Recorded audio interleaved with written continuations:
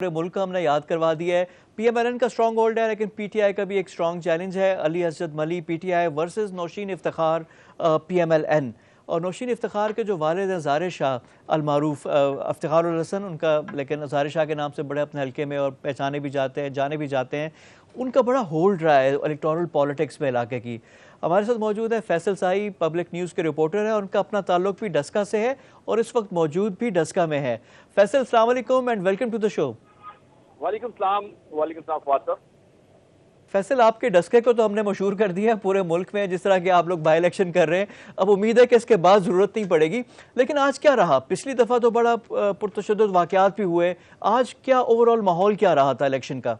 बिल्कुल फवाद साहब, डस्का सिर्फ पाकिस्तान में नहीं बल्कि दुनिया भर में जितने भी पाकिस्तानी रहते हैं सबकी नजरें आज इस इलेक्शन में थी जो बाई इलेक्शन होना था। और आज अगर इलेक्शन की बात की जाए तो आज इलेक्शन का माहौल नहीं बन पाया। उसकी शायद वजह ये थी कि जो पिछले इलेक्शन में जिस तरह खौफ की फिजा बनाई गई, बहुत सारे पोलिंग स्टेशन में फायरिंग के वाकयात हुए और फिर बहुत सारे पोलिंग स्टेशन में आज ये भी कहा जाता रहा कि तीसरी वेव है, लोग एहतियात करें, घरों से ना निकलें। जिस तरह एसओपीज को लेकर शहरियों को घर बैठने का कहा गया, तो आज एक ऐसा माहौल बनाया गया तो लग नहीं रहा था कि कहीं पे कोई जिमनी इलेक्शन हो रहा है। बिल्कुल एक लग रहा था कि रूटीन की एक्टिविटीज में लोग मसरूफ हैं। सिर्फ शहरी इलाकों में, खासकर डस्का सिटी के अंदर हमने देखा कि चंद पोलिंग स्टेशन थे जहां खवातीन भी बड़ी तादाद में आई और उन्होंने अपना वोट कास्ट किया। दही इलाकों में सूरत यकसर मुख्तलिफ थी कि जो वोटर है वो घर से नहीं निकल रहा था। अच्छा फैसल, यहाँ पे एक चीज बड़ी इंपॉर्टेंट है। जी जी। अच्छा फैसल, अभी जो फिलहाल जो रिजल्ट्स आ रहे थे, हमने देखा कि इनिशियली पीएमएलएन ने एकदम पिक किया। जो आज आपने कहा कि जो वोटर टर्नआउट और जो कोरोना का भी एक थर्ड वेव का भी हवाला दिया, पिछली दफ़ा जो कुछ हुआ उसके बाद, इसका फ़ायदा किस जमात को होगा, एडवांटेज किसको है? अब पीटीआई वालों से बात होती है, वो कहते हैं कि जी दही इलाकों का जो रिजल्ट आएगा हमारे हक में होगा, शहरी इलाकों में पीएमएलएन का स्ट्रॉन्ग होल्ड है। हिस्टोरिकली अब पीएमएलएन का ये हल्का था, तो इस पर क्या आपके पास अपडेट्स हैं? बिल्कुल फवाद साहब, जैसा कि आप जानते हैं जो NA 75 है सियालकोट 4, इसमें एक स्ट्रांग होल्ड है मुस्लिम लीग नून का। जो इफ्तिखार उल हसन शाह थे वो नाकाबिले शिकस्त रहे अपनी जिंदगी में। 4 बार वो कौमी असम्बली के मेंबर रहे, 3 बार सूबाई असम्बली के मेंबर रहे और जब भी उन्होंने इलेक्शन लड़ा कभी वो हारे नहीं थे। और उसके बाद एक बड़ा ये क्वेश्चन मार्क हो गया था कि क्या उनकी जो खिला है उसको पूर्ण कौन करेगा, क्योंकि उससे पहले एक इलेक्शन जब डिग्री की शर्त रखी गई तो उन्होंने अपने दिमाग को यहाँ से इलेक्शन लड़ाया और उसके बाद फिर जब दोबारा डिग्री की शर्त खत्म हुई तो दोबारा वो इलेक्शन में और जीते। उनके वफात के बाद ये नौशीन इफ्तिखार जो है उनके हस्बैंड ही थे। बिल्कुल ऐसा ही है, लेकिन उसके बाद अब एक सोचो विचार में जितने भी वर्कर्स थे वो लगे हुए थे कि अब किसको लेकर आया जाए। तो फिर एकदम नौशीन इफ्तिखार का नाम सामने आया तो लोगों ने शायद इसको इतना संजीदा नहीं लिया। उनका ये कहना था कि नौशीन इफ्तिखार इस हल्के में रहती नहीं है तो कैसे वो इलेक्शन को जो है वो जीत जाएंगी। लेकिन बड़ा जबरदस्त उन्होंने कम बैक किया। जैसे 19 फरवरी का इलेक्शन हुआ और एक माहौल बनाया गया और फिर जो बहुत सारे बैलेट बॉक्स गायब होने के इल्जाम लगे, धुंध के बायस प्रिजाइडिंग ऑफिसर को गायब करने के इल्जाम लगे, उन्होंने चैलेंज किया, इलेक्शन कमीशन वो गई और एक जबरदस्त वो स्पीकर के तौर पर सामने आई, लोगों का एतमाद बना और इस तरह उन्होंने दोबारा इलेक्शन में कम बैक किया और दोबारा वो जो नून लीग जहाँ लग रहा था कि यहाँ से खत्म हो रही है वो इस तासुर को खत्म किया। और आज जैसे इलेक्शन हुए वो के बहुत बड़ी तादाद में वोटर बाहर नहीं निकले। फैसल, आप अभी मौजूद हैं, फैसल आप अभी डस्का में मौजूद हैं और जाहिर बात है आपका ताल्लुक भी इधर से ही है। आपकी क्या फीलिंग क्या है कि क्या किस तरफ टिल्ट हो रही है मामला, किस तरफ ज्यादा एडवांटेज किधर है? फवाद साहब, इस बार जो अली हसन मली हैं उनकी जानिब से जो मुख्तलिफ दौरान जो उन्होंने कंपेन ये ऐलानात किए कि जब वो इलेक्शन जीतेंगे वो एक वजीर बनेंगे और एक बड़ा तरक्याती फंड वो यहाँ पर लेके आएंगे और इस हल्के की तकदीर बदल जाएंगे। ये ख्वाब दिखाएंगे, एडवांटेज होगा। और इसी तरह पीएमएलएन की भी अब है कि मामला बड़े क्लोज हैं, जब तक नताइज आते हैं हम देखते हैं बड़ा मुश्किल होता है कि यानी स्पॉट पे आपको पुट करना और करना, यानी मामला का अभी काफ़ी इसमें यानी कांटेदार मुकाबला भी मुतवक्के है। और जो सिटिंग गवर्नमेंट होती है उसका हमेशा से एक एडवांटेज होता है, लेकिन जो स्ट्रॉन्ग होल्ड है पीएमएलएन का वो भी देखना है। और ये दोनों जमातों के लिए एक इसमें बड़े नताइज होंगे और उसमें बड़े सबक होंगे। फैसल, बहुत शुक्रिया आपके टाइम का और आप अपनी रिपोर्ट ही रखें, आपसे मज़ीद हम मालूमात भी लेते रहेंगे। फैसल साई हमारे साथ मौजूद थे, डस्का के इलेक्शन के हवाले से हमारी बातचीत उनसे हो रही थी। आज के इनसाइट पे इतना ही।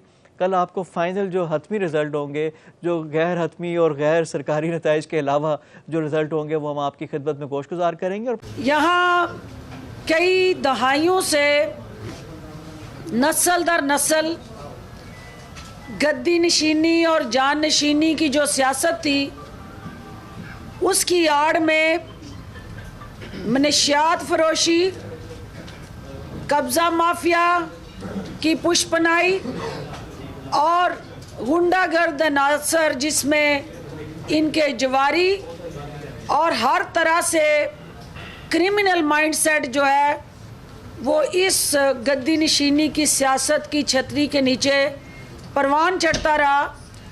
हमारा मुकाबला उन गुंडागर्द अनासर से था जिन्होंने इलेक्शन में हमेशा असले के ज़ोर पे, डंडे के ज़ोर पे, बदमाशी और गुंडागर्दी के ज़ोर पे अवाम के वोट को छीना और अपनी मर्ज़ी के नताइज हासिल करने के लिए ना सिर्फ ब्रीफ केस और नोटों की बोरियां निछावर करते रहे, आज भी उसकी अमली तस्वीर बने एक ब्रीफ केस उठा के दर दर फिरने वाले शख्स के नवासे ने नून लीग की उस सोच को तक़वियत दी जो कई हफ्तों से यहाँ डेरे डाल के हर वार्ड में जाके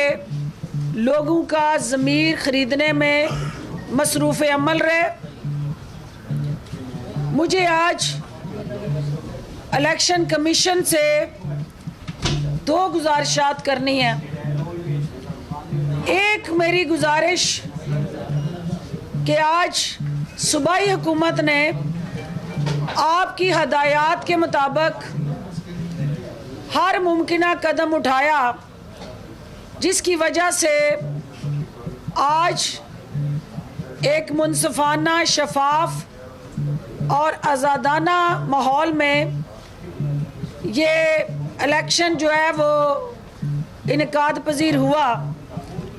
लेकिन क्या वजह है कि ये दर्जनों MPs और MNA नून लीग के, जिनकी तस्वीर मैं मीडिया में अभी शेयर भी करूंगी, जो मुख्तलिफ पोलिंग स्टेशनों पर दंदनाते रहे और मुख्तलिफ पोलिंग स्टेशनों पर जाके इलेक्शन कमीशन के अपने क़वायदो ज़वाबित को हवा में उड़ाते रहे, तो इलेक्शन कमीशन के यहाँ डिस्ट्रिक्ट मॉनिटरिंग ऑफिसर और जो मुतलका RO साहब हैं वो अब तक टस से मस नहीं हुए।